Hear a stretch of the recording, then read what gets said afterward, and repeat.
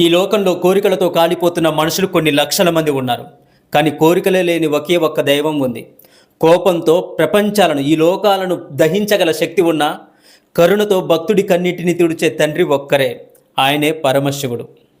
మీ జీవితంలో ఎప్పుడైనా అన్నీ కోల్పోయానని అనిపించిందా? అప్పుడు ఒక్కసారి ఓం నమః శివాయ, శివా అని పిలిచి చూడండి. మీరు ఒంటరి వారు కాదు అని తెలుస్తుంది. ఈ భూమి మీద మనం నిలబడుతున్న నేల, మనం పీలుస్తున్న గాలి, మనం తింటున్న అన్నం, ఇవన్నీ ఈశ్వరుడి యొక్క అనుగ్రహమే అని ఎప్పుడైనా ఆలోచించామా? అసలు శివుడిని అర్థం చేసుకోవడం అంటే ఒక దేవుణ్ణి అర్థం చేసుకోవడం కాదు, సృష్టిని నడిపిస్తున్న పరమ సత్యాన్ని దర్శించుకోవడం అని అర్థం. హరహర మహాదేవ, ఓం నమః శివాయ. ఈరోజు మనం సదాశివుని యొక్క మహిమను, శివనామ స్మరణ యొక్క అద్భుత శక్తిని, శివుడు ఎందుకు జగత్తుకు తండ్రి అయ్యాడో, భూమి మొత్తం శివలింగమే అని మహర్షులు ఎందుకు చెప్పారో తెలుసుకుందాం. కామమున్న చోట క్రోధం ఉంటుంది. కోరిక తీరనప్పుడు మనిషి ఎవరినో కారణంగా భావించి కోప్పడుతూ ఉంటాడు. కానీ శివుడు అటువంటి భావాలకు అతీతుడు. ఆయనకు అసలు కామం లేదు, క్రోధం అసలే లేదు. అందుకే వేదాలు శివుడిని సదాశివుడు అని కీర్తించాయి. శివుడు ఎప్పుడూ శాంతస్వరూపుడే. భక్తులను రక్షించడానికి కొన్నిసార్లు కోపంగా నటించినా ఆయన అంతరంగం మాత్రం బోళాశంకరుడు, కరుణామయమే. తండ్రి తన బిడ్డను దారిలో పెట్టడానికి మందలించినట్లే శివుడి ఉగ్రరూపం కూడా తన భక్తుల మేలు కోసమే అని అర్థం చేసుకోవాలి.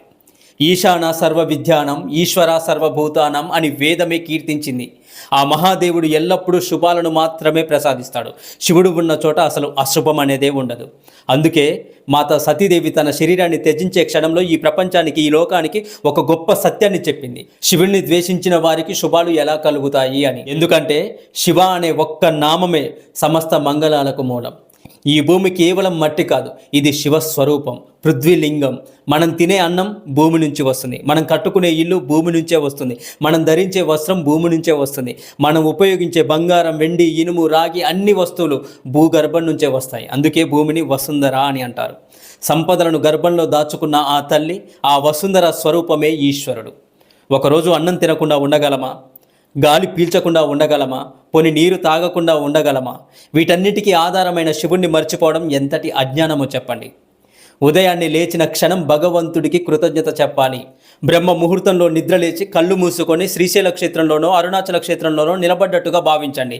ఆలయ ద్వారాలు తెరుచుకుంటున్నాయి, గంటలు మ్రోగుతున్నాయి, వేద ఘోషాలు వినపడుతున్నాయి. నందీశ్వరుడు శివలింగాన్ని చూస్తూ నిలబడి ఉన్నాడు. హారతి వెలుగులో పరమశివుడు లింగ స్వరూపంలో దర్శనమిస్తున్నాడు.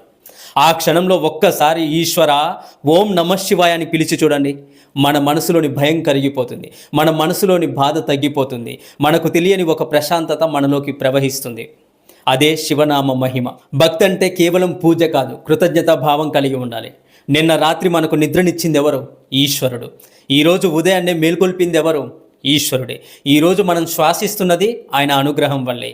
ఈ భావన హృదయంలో కలిగితే అదే నిజమైన శివారాధన అవుతుంది. శివ అనే 2 అక్షరాలు మనసులోని భయాన్ని తొలగిస్తాయి, మన పాపాల్ని హరించి వేస్తాయి, దుఃఖాన్ని కరిగిస్తాయి, ఆశ్రయం లేని వారికి ఆశ్రయం అవుతాయి. ఈ లోకాలను రక్షించే మహాదేవుడు గంగాధరుడిగా కరుణను ప్రసాదిస్తాడు, చంద్రశేఖరుడిగా మనసుకు శాంతినిస్తాడు, శంకరుడిగా శుభాలను కురిపిస్తాడు.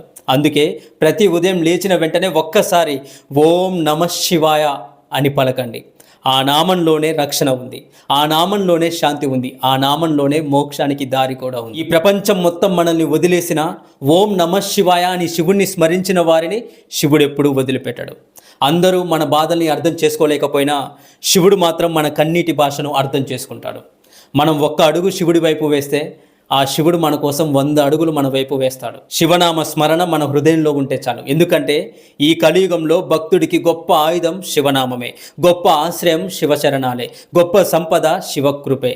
మన దగ్గర ఏమీ లేకపోయినా పర్వాలేదు, శివనామం ఉంటే చాలు. ఎందుకంటే భక్తుడు శివుణ్ణి పట్టుకుంటే అది భక్తి అవుతుంది, శివుడు భక్తుడిని పట్టుకుంటే అది మోక్ష మార్గం అవుతుంది. కామెంట్లో మీకు అత్యంత ఇష్టమైన శివుని నామం ఏమిటో తప్పకుండా రాయండి. ఈ వీడియో మీ హృదయాన్ని తాకి ఉంటే ఒక్క లైక్ చేయండి. శివభక్తులకు ఈ వీడియోని షేర్ చేయండి. ఇంకా ఇలాంటి ఆధ్యాత్మిక వీడియోల కోసం మన ఛానల్ని ప్లీజ్ డూ సబ్స్క్రైబ్. పక్కనే ఉన్న బెల్ ఐకాన్ క్లిక్ చేసుకొని పెట్టుకోండి. ఓం నమః శివాయ.